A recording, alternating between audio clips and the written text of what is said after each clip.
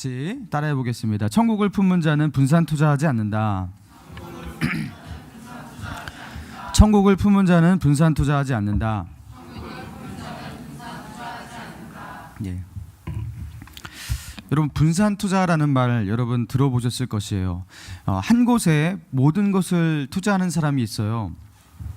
그래서 자신이 투자하는 그곳의 가치가, 예를 들어 주가라고 한다면, 주식이라고 한다면 그 주식이 폭등해서요 대박 나는 경우도 있겠지만, 주가가 폭락해서 어마어마한 손해를 떠안을 수도 있는 것입니다. 그래서 보통 주식을 한다던가 이렇게 뭔가 이렇게 투자를 하는 사람들은요, 투자 위험을 적게 하기 위해서 뭐 합니까? 여러 종목에 분산해서 투자합니다. 위험 부담을 상쇄시키겠다라는 거예요. 보험을 들어놓는다고 하죠. 이제 보험을 들면서 투자를 하는 거예요. 내가 투자하는 곳에서 꼭 수익을 내지 못할지라도 큰 손해를 끼칠 수 있다라는 그 생각을 하면서 여기서 일어나는 그 손해를 여기서 일어나는 수익으로 메꾸겠다 하면서 위험 부담을 상쇄시키기 위해서 이렇게 분산 투자를 하는 거예요. 그런데 이렇게 가정해 봅시다. 내가 투자하는 곳에 그걸 주식이라고 한다면요, 주가가 오를 수 있는 확률이 80%, 뭐 90% 이 정도의 확률이 아니라 뭐 99.9%도 아니에요. 100%라고 해요. 100%. 그럼 법칙과 같이 무조건 이거는 오르는 것이 조금의 의심 없이 오르는 확실한 주식이라고 해요. 그렇다면 분산 투자할 이유는 없는 거예요.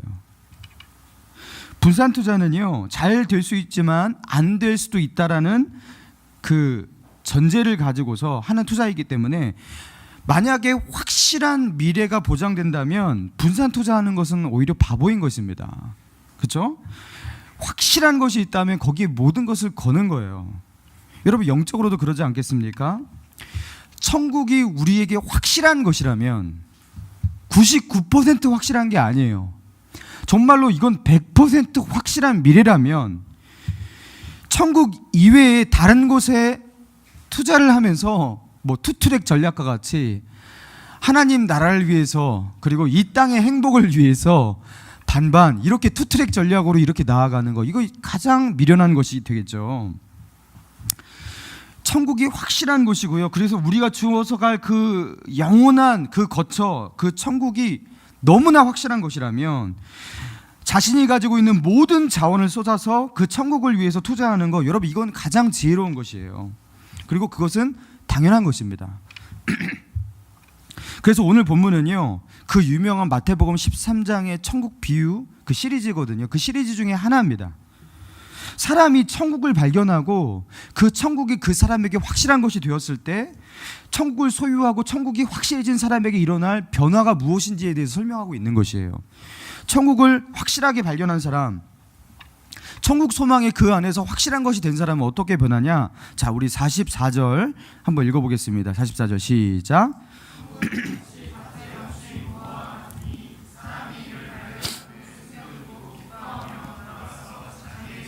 다 팔아 그 밭을 사느니라. 자, 밭에 감추인 보화를 발견한 사람이 어떻게 합니까? 그것을 그대로 숨겨두고 돌아가서 어떻게 해요? 자기의 소유를 다 팔아서 그 밭을 산다고 해요. 자, 그리고 46절에 보니까, 자 46절입니다. 시작. 극히 값진 진주 하나를 발견함에 가서 다 팔아 그 진주를 사느니라. 여러분, 이 진주, 극히 값진 진주 비유도 역시 비슷합니다. 보통 사람이 이렇게 사고 팔 때 자신에게 있어서 덜 가치 있는 것을 팔아서요, 자신에게 더 가치 있다고 여겨지는 것을 사기 마련이에요. 그렇죠? 그러니까 예를 들어 지금 나에게 있어서는, 나는 지금 목에 갈증이 많으면 내게 나의 주관적인 필요에 의해서 덜 가치 있는 이 돈을 사용해서 지금 이 갈증이 나고 있는 나에게 더 가치 있다고 여겨지는 물을 사기 마련 아니겠습니까? 그렇죠? 이게 주관적이든 객관적이든 덜 가치 있는 것을 팔아서 더 가치 있는 것을 얻으려고 하는 거, 이게 장사의 기본인 것이에요. 자, 그런데 무엇을 말하는 거냐면, 천국을 발견한 사람은 첫 번째 어떤 변화가 일어나냐? 이 땅에서 가치의 서열이 분명해진다라는 거예요. 여러분, 무엇이 더 가치 있는 것이고 무엇이 그보다 더 가치 없는 것인지, 가치 있는 것과 가치 없는 것, 더 가치 있는 것과 덜 가치 있는 것, 가치의 서열이 확실해진다라는 것이에요. 이전까지 나에게 가장 가치 있다고 여겨졌던 그것이요, 천국을 발견하잖아요. 천국 뒤로 그 가치가 줄을 서게 됩니다. 천국이라는 최고의 가치 앞에서 그 많은 것들이, 이전에 많은 가치 있는 것들이 그 뒤로 줄을 서면서 그보다 더 가치 없는 것으로 줄을 서게 되는 거예요. 서열이 정해지게 된다는 것입니다. 여러분, 그 사도 바울은요, 빌립보서 3장에서 그렇게 고백했습니다. 그러나 무엇이든지 내게 유익하던 것을, 내게 가치 있던 것을, 이렇게 말하는 거예요. 내게 유익하던 것을 내가 그리스도를 위하여 다 해로 여길 뿐더러 또한 모든 것을 해로 여김은 내 주 그리스도 예수를 아는 지식이 가장 고상하기 때문이라. 가장 가치 있기 때문이라. 내가 그를 위하여 모든 것을 잃어버리고 배설물로 여김은 하면서 이렇게 나와요. 무엇이든지 자기에게 유익하던 것, 그 전까지 자기에게 유익하다, 가치 있다고 여겨졌던 그것들이 이제는 어떻게 되었다고요? 다 해로 여김은, 그리고 심지어 배설물로 여김은 하면서 갑자기 가치의 변화가 일어납니다. 예수 그리스도를 만나잖아요. 천국의 소망을 갖게 되잖아요. 그러면 그 절대적인 가치 뒤로 다른 모든 가치들이 줄을 서게 되는 거예요. 영원한 것 앞에서 가치의 서열이요, 혼동 없이 그냥 줄을 쫙 서게 된다는 것입니다. 여러분, 이게요 그렇게 어려운 게 아니에요. 이상하게 천국을 발견한 사람은요, 이게 확실해지게 되는 것이에요. 저는요 참 돈을 좋아하는 사람이었습니다. 지금도 뭐 좋아하지 않다고 말할 수는 없겠지만 정말로 돈을 좋아했었어요. 저의 꿈은 그 초등학교 시절, 중학교 때 꿈은 언제나 저는 그냥 사업가였습니다. 사업가. 뭐 명예 이런 거 별로 원하지 않았어요. 뭐 대통령 이런 거 아니에요. 저는 사업가. 항상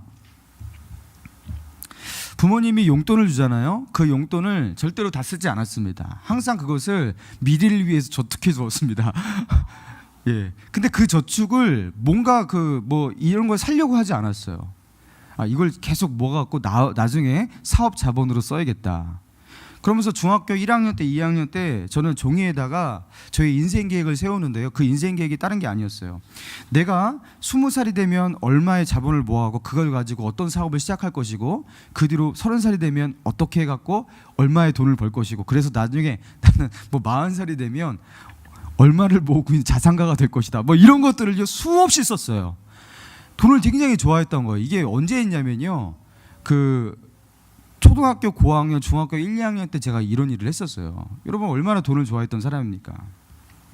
진심으로 저는 돈을 많이 버는 게 꿈이었고, 제가 뭐 중학교 때도 공부를 그렇게 못하진 않았는데요, 저는 상고에 진학해서 빨리 고등학교를 졸업하고 대학을 포기하고 사업부터 하려고 했었어요.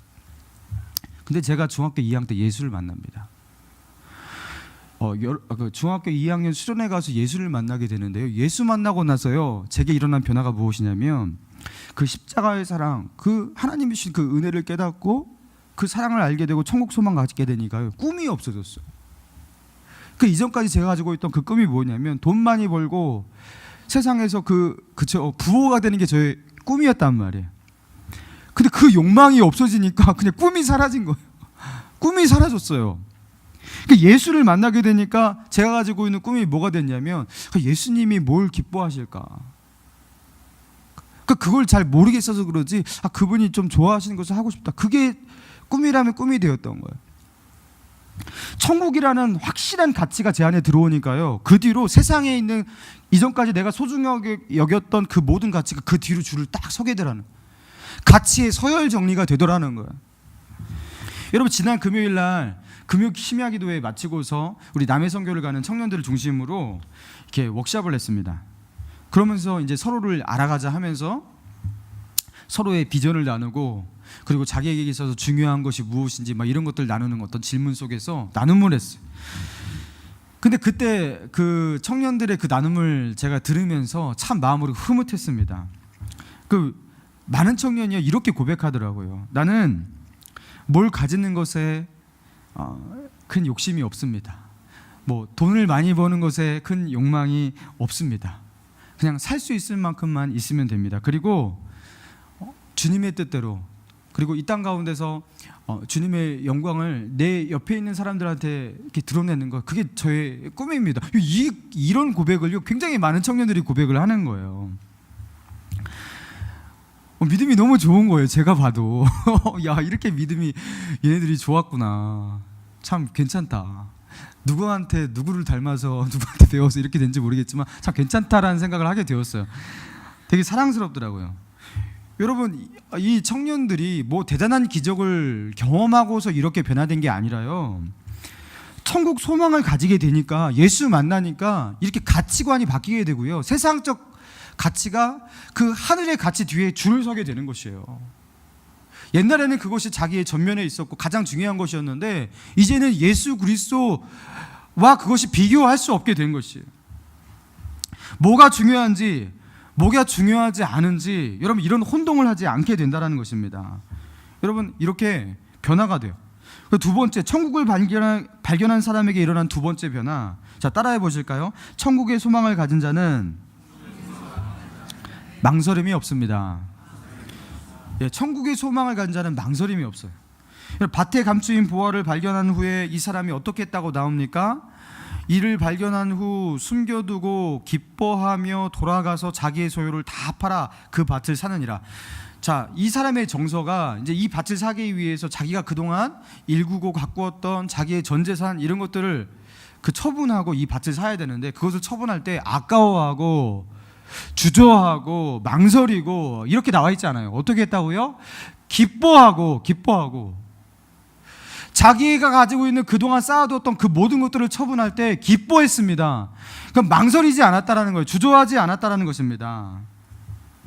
여러분, 우리가 정말로 천국의 소망을 가지게 되잖아요. 여러분, 그러면요, 이 땅에서 믿음으로 살아가는 거, 여러분 이거 주저하지 않습니다. 즉각적으로 반응하게 되는 거예요. 내가 어떻게 살아가야 되는지를 몰라서 그러지, 그렇죠? 분별이 되지 않아서 내가 주저할 수는 있어도요, 그것을 알게 되잖아요. 주님의 뜻이다 하면요, 망설이지 않게 되는 것이에요.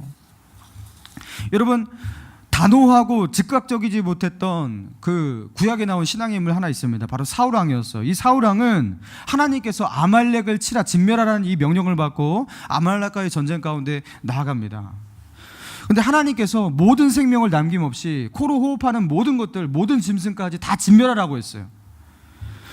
그리고 사울은요, 그 명령에 따라서 정말로 그 모든 사람들, 모든 짐승들을 다 진멸했습니다. 그런데 모든 것을 다 죽이면요, 그들이 그 전쟁에 참여했던 그 백성들에게 줄 수 있는 그 페이가 없는 거예요. 노획물이 없는 거예요. 그래서 어떻게 했냐면, 그 양과 소 중에서 실하고 그 괜찮은 것, 윤택한 것, 이런 것들을 살려서 돌아옵니다. 그것을 백성들에게 노획물로 주기 위해서 그랬던 거예요. 그런데 이것을 본 사무엘이 어떻게 하나님의 명령을 이행하지 않고 이렇게 짐승을 살려가지고 끌고 왔냐, 이렇게 꾸지라니까요, 사울이 사무엘에게 이렇게 변명을 합니다. 사무엘상 15장 24절에 사울이 사무엘에게 이르되 내가 범죄하였나이다. 내가 여호와의 명령과 당신의 말씀을 어긴 것은 내가 백성을 두려워하여 그들의 말을 청종하였음이니이다.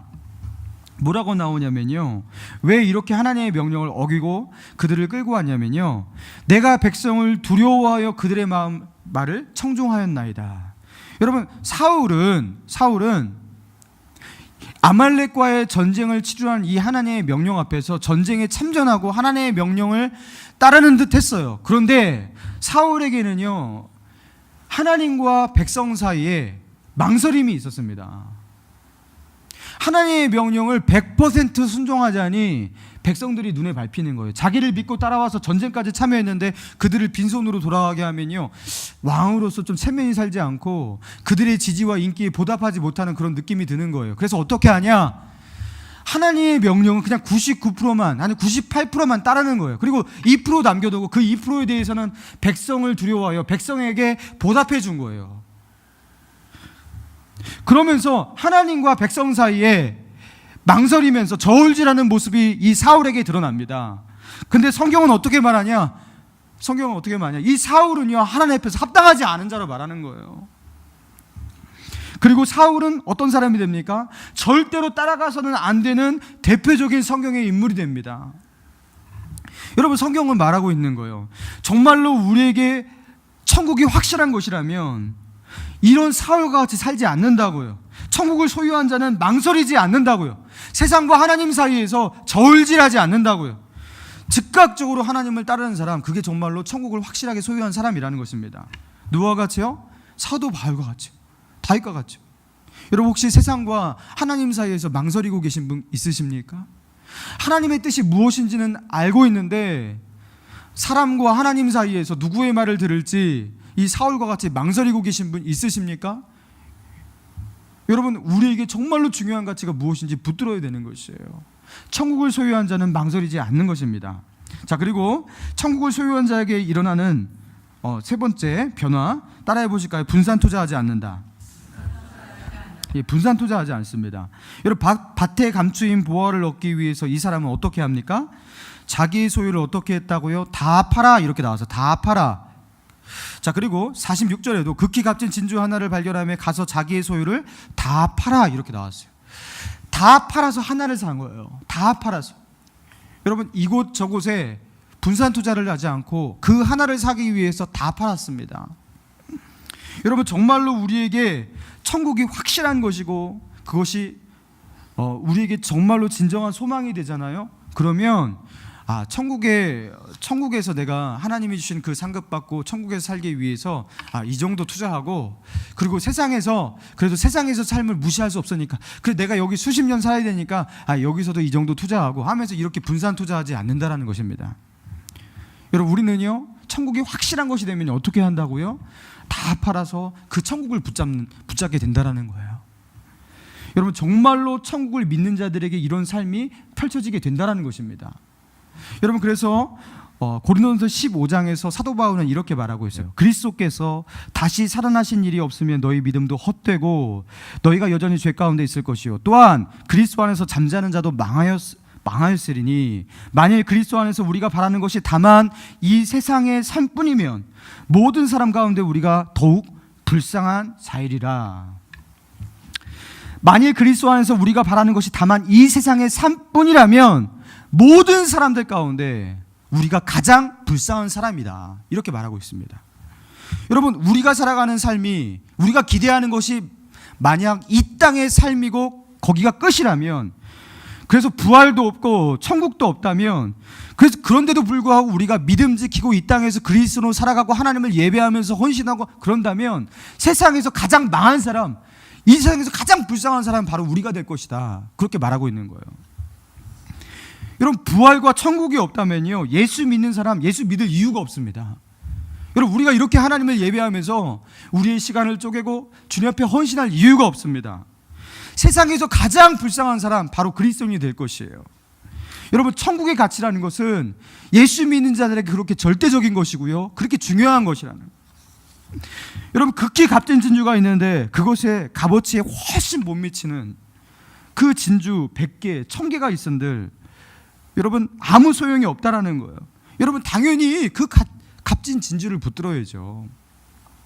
제가 1,000원짜리 100장을 줄 테니까, 아니 1,000원짜리 1,000장을 줄 테니까 1억짜리 수표를 하나 주세요. 여러분, 그거 누가 바꾸겠습니까? 말도 안 되는 거잖아요.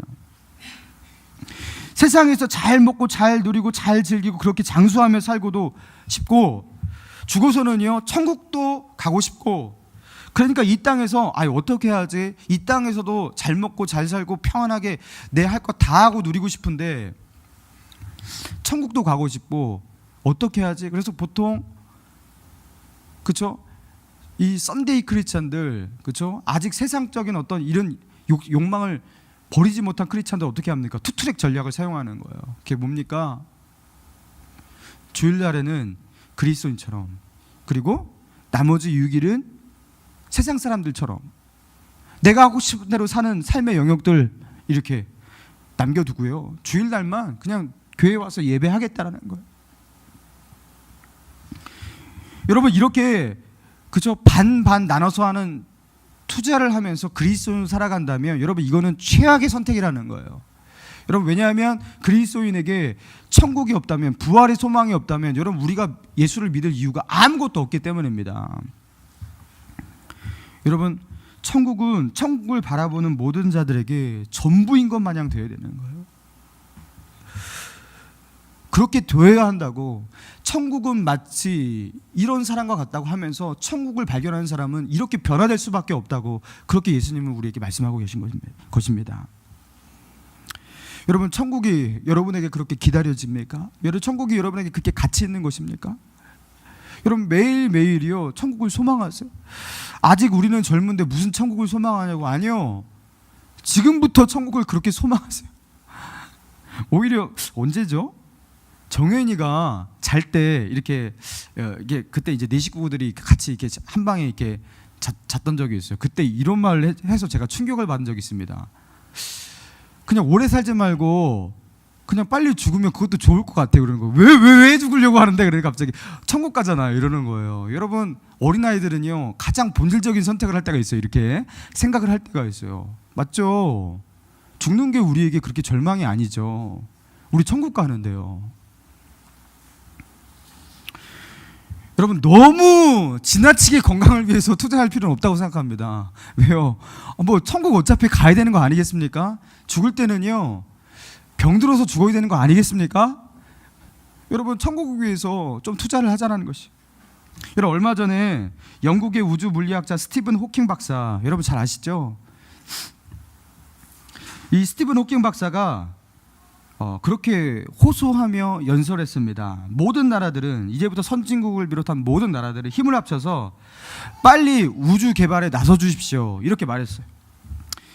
그러면서 우주 개발에 나서서 달에도 사람을 보내고 화성으로도 사람을 보내서 거기에 기지를 짓고 우주 개발에 박차를 가해야 한다, 그렇게 호소를 했습니다. 그 이유가 뭐냐면 스티븐 호킹 박사가 보기에 이 지구가 인간이 계속해서 살 수 있는 영원한 거주지가 아니라는 거예요. 왜냐하면 지금 지구상에 일어나는 이 기후변화, 그리고 지구 온난화의 문제, 그리고 천연 자원의 고갈 문제, 그리고 환경 오염 문제, 이런 것들을 보면요 지구 안으로 볼 때도 지구는 점점점 사람이 살 수 없는 공간으로 변해가고 있다는 것이죠. 그리고 지구 밖으로 봐서도, 지구 밖의 환경을 봐서도 지구는 인간이 영원히 거주하지 못할 공간이래요. 왜냐하면 이거는 확률이지 언젠가 지구는요 그 소행성과 충돌하게 된대요. 그래서 대재앙을 맞을 날이 반드시 오게 된대요. 그게 아니라면 언젠가 태양의 열에 휩싸여서 지구는 불덩이가 된다고 합니다. 이거 천체 물리학자가 관측하는 그 지구의 미래가 언젠가 이런 날이 온다라는 거예요. 그렇다면 인류가 계속해서 생존하고 또 번성하기 위해서 지구가 마지막 보루가 되고 영원한 대안이 될 수 없다라는 거예요. 그래서 인간은 우리의 종족을 끝까지 보존하기 위해서 결국에 대안은 무엇이냐면 어떤 태양계 중에서 어떠한 행성이라도 거기에 정착할 수 있는 땅을 개척해내야 한다라는 거예요. 그러면서 스티븐 호킹 박사가 마지막에 이렇게 말했습니다. 우리에게 다른 선택지는 없다. 무조건 우주로 나가야 한다는 거예요.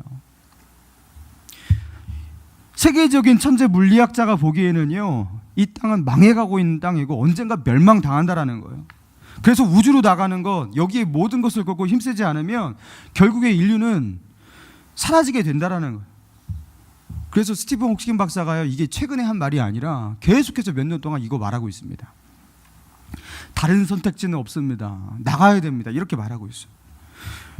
여러분, 우리도 다른 선택지가 없습니다. 우리는 그리스도 안에서 천국 발견한 사람들입니다. 그리고 이 땅은 꺼져가는 곳이고요 한시적으로 사는 멸망의 땅이에요. 우리가 이 땅에서 정부치고 살아갈 이유가 없어요. 그리고 예수를 모르는 사람들, 그 모든 사람들은 예수 모르고 죽으면 다 멸망당하게 될 것입니다. 여러분, 이것을 알고 있는 우리에게 다른 선택지가 없습니다.